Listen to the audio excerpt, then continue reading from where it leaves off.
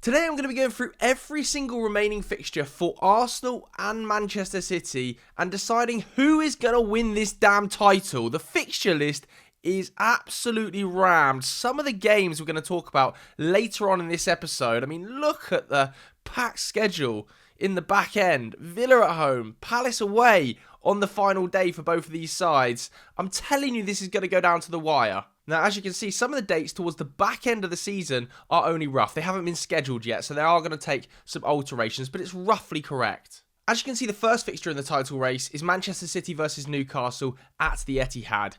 This is a game for me that I only see one result happening in, and that is a Manchester City win. Newcastle haven't won at the Etihad since 2015. So we're going back over a decade. Their record on the road this season has been really, really poor. And importantly, they had to play midweek against Qarabağ. Now, they stuffed Qarabağ, made mincemeat of them. But it's a lot of travel. They've got to come back against Man City at a stadium they never get a result in. I only see City winning that on Saturday at 8 o'clock. Arsenal, on the other hand, have to go to Spurs. Now, we should talk about what happened midweek because it was a disastrous result against Wolverhampton Wanderers. To throw that game away in that situation at 2-0 up was mind-blowing. I didn't see it happening at all, and it does stem back to a little bit of a mentality issue. The pressure seems absolutely monumental already on Arsenal, and we're only in February. The noise outside the club does feel like it's affecting things that are going on the pitch. The emotional reaction to every decision, every goal, every result is really, really loud. And they are facing their bitter arch rivals. Having said that, they've got a great record against Spurs. The last time they lost to them was 22-23 at Tottenham Hotspur. So it's a record that is very impressive. Over 6 wins since that last loss. And Spurs themselves are under the cosh. To such an extent, they are now involved in a relegation battle. They've just changed managers, though. And does Igor Tudor get the bounce out of this Spurs side that some are expecting? It's a Spurs team, though, without Christian Romero, without pretty much the entire structure and spine of their first 11. There's just something in my gut, though. Let me know what you think at home. There's something in my gut that screams Spurs getting a result there. And I don't think they'll win the game. I'm actually going to go for Spurs and Arsenal to draw in Igor Tudor's first game. I think the Tottenham Hotspur Stadium is going to be an absolute cauldron of noise. And despite the fact Spurs' recent record against Arsenal is crap, it's very football that this ends in a draw. I'm going to say it's all square. How about Leeds United, who are playing some great football at the moment and are really defensively sound, but have a horrible record against Man City, especially at Ellen Road, which is a bit of a surprise because everybody sees Ellen Road as this cauldron, and it absolutely is. But what you would say is that since coming back into the Premier League, they've only ever lost against Man City. I think their last home win against Man City was 2003, 2004. And I still think Man City have too much for them there. I don't see that record changing. I'm going for a Man City victory. Also on that weekend have Chelsea at home. Another fixture in which the team is completely dominant. Arsenal have an amazing record against Chelsea, who recently have gone there and drawn, of course, under Liam Rossini, playing a pretty dogmatic style of football, trying to nick something on the break, and they potentially could have. But the last time Arsenal lost against Chelsea, I'm looking at the head-to-head here, was 21-22. That is an awful long time ago, and that was at Arsenal. But since then, the run of fixtures in their head-to-head matches is really ugly. And I know that Liam Rossini has had a real uptick in results. I think he's doing an underrated job. But I think Arsenal will have too much for Chelsea at home. I do. The quality in that squad should start to show with the depth.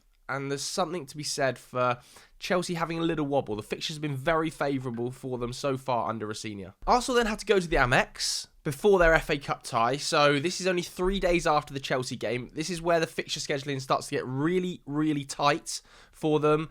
I have to say, I feel like they will beat Brighton at Brighton. Again, an amazing record at the Amex. The last time they lost there was 2019-2020 season. Brighton have recently beaten Arsenal at Arsenal, of course, in that 3-0 fixture towards the back end of the season where Enciso scored and it ended Arsenal's title hopes.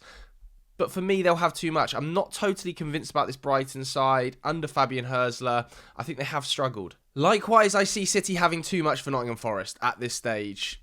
Nottingham Forest, I really think, could get heavily dragged into this relegation zone. They haven't beaten Manchester City since returning to the league at the Etihad Stadium. I struggle to see that changing, despite the fact Vitor Pereira's come in. He's got an uphill battle. For me, Forest are maybe at this stage the favourite to go down. I think they've got an incredibly deep squad that is being really underutilised. Some elite level quality in the first 11 in particular, but they themselves might well have European football to deal with around this stage. And it just doesn't scream like Forest get a result at the Etihad. I know City have struggled at times, but their head-to-head record in recent seasons is very favourable towards City. They'll have had a longer break than Arsenal going into this period. For me, they win this one.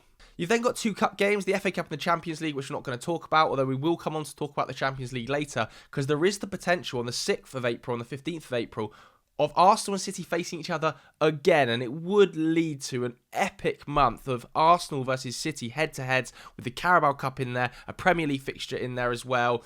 But we're going to skip that for now. We're going to talk about West Ham away for City. And again, this is a stadium where City have had massive success. And when I say success, I mean absolute pulverising success. We're talking 4-0s, 5-0s, 4-0s, 4-1s, 5-0s, 3-0s, 3-1s. It's been an absolute demolition job whenever City have gone to West Ham. The last time West Ham won a game against Manchester City in normal time, they beat them on pens in 21-22 in the League Cup, of course. The last time they beat them in the Prem was 14-15. This is going to be another Man City win. I don't want to just go on head-to-head here, but I fancy City with the form. West Ham in a relegation battle will pose potentially a little bit of a threat, but City's record there just screams a win. Again, like Man City and West Ham, Arsenal have an amazing home record against Everton. Some pulverising victories in recent years. 4-0, 5-0, 5-1, 4-1. But they did draw last season 0-0. And these are the kind of games where Arsenal have tripped up recently at home. Fixtures that are absolute must-wins. I don't know, they just look a bit scratchy in this kind of game, and it's the sort of match I could see Everton causing problems with the likes of Iliam Ndiaye, a big physical centre-forward. It reminds me a little bit of Wolves away last night, where you just expect Arsenal to steamroll Everton, and it doesn't happen. But I do think they'll get the job done. I think there's going to be a lot of wins in here for Arsenal and City. I think they're going to go neck and neck right to the last day. You've got the return legs of the round of 16, and then you've got the Carabao Cup final. A huge fixture. This could potentially be a title-deciding fixture, and I don't say that lightly. From a mentality perspective, this could have so much sway on where the Premier League title ends up. Because however you dress it up, one team is going to come away extremely disappointed with the result. And if Arsenal lose that game, the mentality shift it could have for Man City going into a potential quarter-final against Arsenal and a potential title-deciding Premier League game at the Etihad is just monstrous. Arsenal cannot lose that game. They have to get a trophy under their belt under Mikel Arteta here. As you can see, after that, you've got the FA Cup quarter-final, then you've got a potential quarter-final against Man City in the Champions League. Could you imagine that if the draw goes their way? Oh my God. Bournemouth would be up next for Arsenal. A fixture they lost last season. This was another sort of semi-title deciding fixture. That Dean Howson goal, the Evan Nielsen goal, they lost 2-1. And this is the sort of game, again, I just worry about Arsenal at home. I don't know what it is. Because they don't often lose at home. But just these kind of fixtures just feel a little bit stodgy. I could see them drawing with Bournemouth at home. This is, again, a real gut feeling because the record is actually fine. But last season, these are the kind of games where it was Aston Villa at home or Bournemouth at home that just start to feel a bit eggy. They can't win every fixture. I'm going for a draw in this one. Again, I think a lot of people will be looking at Chelsea away as a really tough fixture for City. And it will be a tough fixture. Liam Rossini is going to make them really struggle. But would it have been a tougher fixture if Enzo Maresca was in charge here? I think Enzo Maresca's record in the big games, and I don't want to diminish anything that Rossini has done because he's made an excellent start to life, but his record in the big games was phenomenal. Even then, though, it wasn't phenomenal against City. Chelsea haven't beaten City since the Champions League final in 2020-2021. You know, we're in 2026 now. Despite that, the gut again is saying a draw at Chelsea. If that was to happen on the same weekend as Bournemouth, again, we haven't seen the TV scheduling here, so this might well change. You might well see Arsenal play before City or City play before Arsenal.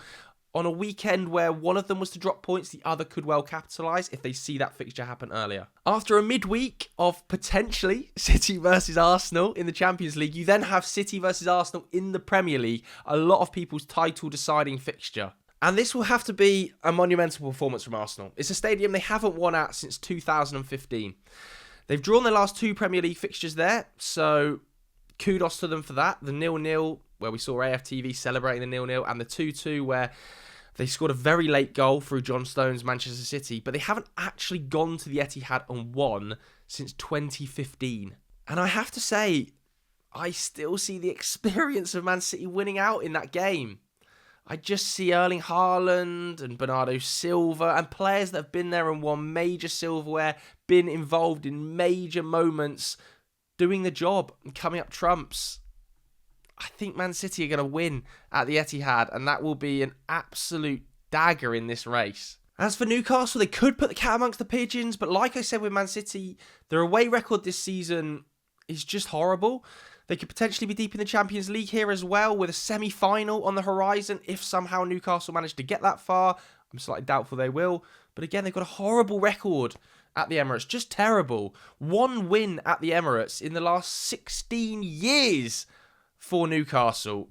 I only see this going one way. And despite the fact on paper, people will have this down as a real nightmare fixture for Arsenal, I actually think this is one of the games that they'll be quite comfortable in. I'm going for an Arsenal win. By this stage of the season, Burnley, I see them being effectively down. I don't see them having anything to play for at all. It was easy to say that last night, though, wasn't it? Against Wolves. And the issue I think you're seeing so far this season in the league is that pretty much any team, even if you're 2-0 up, you've got to bury them. You have to bury them if you're 2-0 up, 3-0, 4-0. You can't sit on a 2-0 lead in the Premier League this season. I've seen it happen so many times, be that Man City, where they went to Tottenham, was so comfortable, dominating at 2-0 at the Tottenham Hotspur Stadium, and then out of nowhere, the game shifts, and suddenly it's 2-2. Arsenal last night against Wolves, I've seen United do it, I've seen Chelsea do it, but I think they have too much for Burnley. I'm going for a Man City win. How about Arsenal versus Fulham? Fulham, I actually think are a nightmare to play against. I saw them come to Old Trafford and they are just really disciplined, really hard to beat. Man City did an excellent job against them recently. In the last 8 fixtures between Fulham and Arsenal at the Emirates has been 4 draws, 4 Arsenal wins. So Fulham don't have a great track record there, but they can make life difficult. They're a very stodgy team to beat. But again, I still feel like Arsenal will have too much for Fulham at home. These are the kind of games where you need players like Victor Gyökeres, Bukayo Saka, Noni Madueke, Trossard to step up and have impacts in. The defence cannot be relied upon to keep a clean sheet every week. At some stage, somebody has to be put to the sword. I'm backing Arsenal against Fulham. Man City that weekend have to go to Everton. Now, traditionally, Goodison Park's been a real nightmare place to go for everybody, but not for Man City, who have won 9 consecutive away games against Everton at Goodison Park. They haven't yet played them at the Hill Dickinson Stadium, and at the start of the season, I felt like Everton were a real dominant force at home, and it felt like there was a real sort of loving about the new stadium and getting results there, but recently, that's tailed off a little bit, hasn't it? The form isn't great at home. Man City have an amazing record against Everton in their own backyard. I just don't see beyond City winning that game. A bit like Man City, Arsenal have thumped West Ham in recent seasons. The last 2 campaigns have been a 5-2 and that's 6-0. Does anybody see that changing? Do we see West Ham putting up a valiant display defensively against Arsenal? I can think back to recent seasons, though, where they have caused problems. The Jarrod Bowen goal in the 2-2, for instance. And West Ham are going to be fighting for their lives. The same as you could say for Burnley earlier. West Ham are going to be battling for every single point to stay in this division. Could this be a draw? Could this be a draw? No, I think Arsenal will win there. Amazing record recently. How about Brentford coming to the Etihad? Could be difficult, this. This could be difficult. This is one of their most difficult games of the season, I think. Brentford potentially battling for European football. The way they play as well, I think, is a nightmare for that City backline, who want to play really high, and they're just so direct, so transitional through Ouattara, through Sharda, through Igor Thiago, that I actually can see Brentford getting a result. I don't necessarily think they win there, but I'm going to go for a draw against Brentford. It's not an easy fixture, that. Likewise, people often see Crystal Palace as a giant killer. They've done it against Liverpool recently. You know, they've gone and beaten Man City at the Etihad as early as 21-22. They've taken points off them in 23-24 season. But I'm just not sure things will be in a great place with Palace. With the players potentially leaving, Glasner will be out the door at this stage. They're almost on the beach already. I don't think they're going to go down. They're probably 8 points from safety at this stage, Palace. They'll be safe, but I don't see them being a massive threat towards the back end of the season. I see Man City winning this one. That weekend, though, does see the FA Cup final and a Premier League game scheduled very, very close. You've also got a similar sort of issue with the semi-finals as well. Obviously, these games are going to get rescheduled, but it means the second to last game, the penultimate match, will be Burnley and Bournemouth. Burnley will be no problem for Arsenal at home. They'll be down at this stage. I think it'll be really comfortable. I don't see Burnley putting up a massive fight.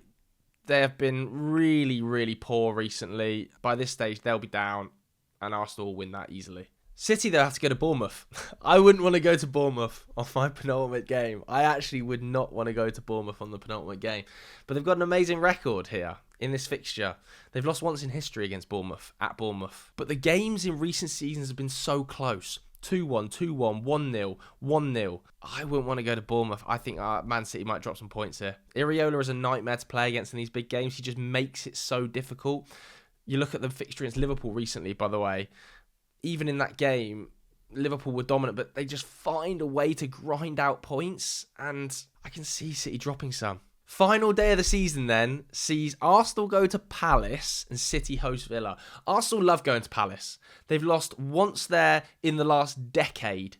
Traditionally a bit of a nightmare place to go for most teams, but not for Arsenal. The only issue is, I think it's better to play Palace 4 games before the final fixture or 3 games before the final fixture than on the last game, because that could potentially be the farewell to Ollie Glasner.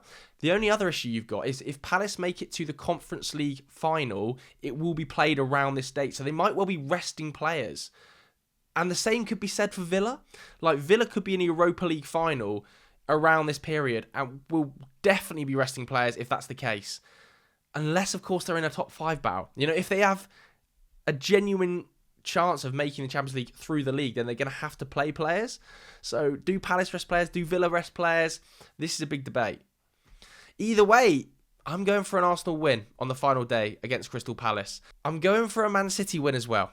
I think even if Villa are in a top 5 battle and fixtures are nightmarish, Unai Emery would prefer to win the Europa League and qualify that way. A silverware Champions League football double would be amazing for Aston Villa, and they might well even be comfortable in the top 5 there anyway. So if I've done my maths correctly, that would be 26 points in that run for Arsenal, taking their total to 84 for the season. I do think it's going to be in that mix, 80 to 85 territory winning it this season. City have got 30 points, so taking 4 more points from the same period, but of course 5 points back at the moment would leave them on 83. So my prediction is that Arsenal still get over the line and win the Premier League title. But that is with them winning 5 games in a row at the back end of the season before a Champions League final and with semi-finals in the mix. But who finishes top of your Premier League? Let me know in the comments below. If you enjoyed this video, hit the like button, hit subscribe. Thanks very much for watching, everybody. I'll see you later.